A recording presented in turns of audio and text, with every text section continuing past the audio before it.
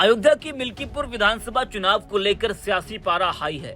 BJP चुनाव जीतने के लिए किसी भी हद तक गिरने के लिए तैयार है और अब अखिलेश यादव का दावा सच साबित होता दिखाई दे रहा है।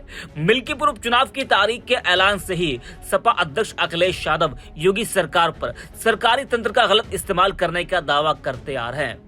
सपा का लगातार आरोप रहा कि बीजेपी मिल्कीपुर में प्रशासन के साथ मिलकर मिल्कीपुर उपचुनाव जीतना चाह रही है और अधिकारियों की तैनाती को लेकर भी अखिलेश यादव ने कई बार सवाल खड़े किए और कहा कि अधिकारियों की तैनाती में पीडीए की भागीदारी कम है।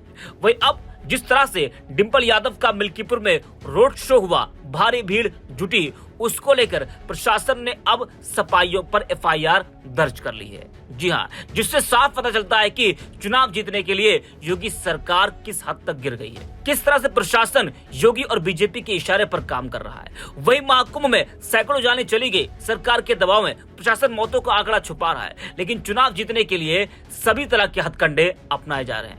आपको बता दें कि अयोध्या के मिल्कीपुर विधानसभा सीट पर 5 फरवरी को उपचुनाव होना है। सपा ने अयोध्या सांसद अवधेश प्रसाद के बेटे अजित प्रसाद को टिकट दिया है। यहाँ कुमारगंज में महर्षि वामदेव मंदिर में भगवान शिव की अभिषेक और पूजन किया। उनके साथ मछली शहर की सांसद प्रिया सरोज भी थी। कुमारगंज के खंडासा मोड़ से रोड शो शुरू हुआ। 51 जगहों पर डिंपल यादव का सपा कार्यकर्ताओं ने स्वागत किया। जगह जगह रुकने के कारण जाम की स्थिति बन गई। 3 घंटे तक चले इस रोड शो का समापन सौलारा स्थित पेट्रोल पंप के पास हुआ। रोड शो के दौरान भीड़ इतनी थी कि हाईवे जाम हो गया और प्रशासन ने डिंपल यादव समेत कई सपाइयों पर एफआईआर दर्ज कर ली है।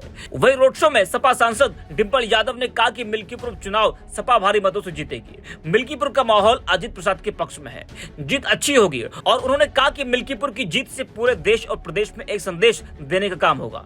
मिल्कीपुर में सपा की जीत होगी। बीजेपी आम आदमी की आवाज दबाना चाहती है, आरक्षण नहीं देना चाहती है।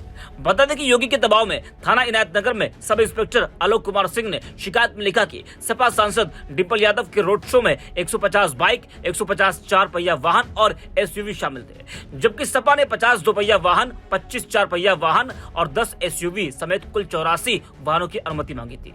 इसके साथ ही 2 लाउड स्पीकर की अनुमति मांगी थी। वही उप जिलाधिकारी ने इतने ही वाहनों की अनुमति दी थी, मगर रोड शो में अधिक वाहन शामिल थे। रोड शो में अधिक वाहन होने के कारण अयोध्या राष्ट्रीय राजमार्ग पर जाम लग गया। आने जाने के लिए अन्य वाहनों को साइड नहीं दी गई। रोड शो में आदर्श आचार संहिता का उल्लंघन किया गया है। एफएसटी टीम के संतोष और मैंने इसके वीडियो बनाए हैं। वहीं अब देखना होगा कि सीएम योगी चुनावी प्रक्रिया का सही से पालन करते हुए ईमानदारी से चुनाव होने देते हैं या इसी तरह से सरकारी तंत्रों का दुरुपयोग करते हुए चुनाव जीतने के लिए किसी भी हद तक गिर सकते हैं, या तो आने वाला वक्त बताएगा।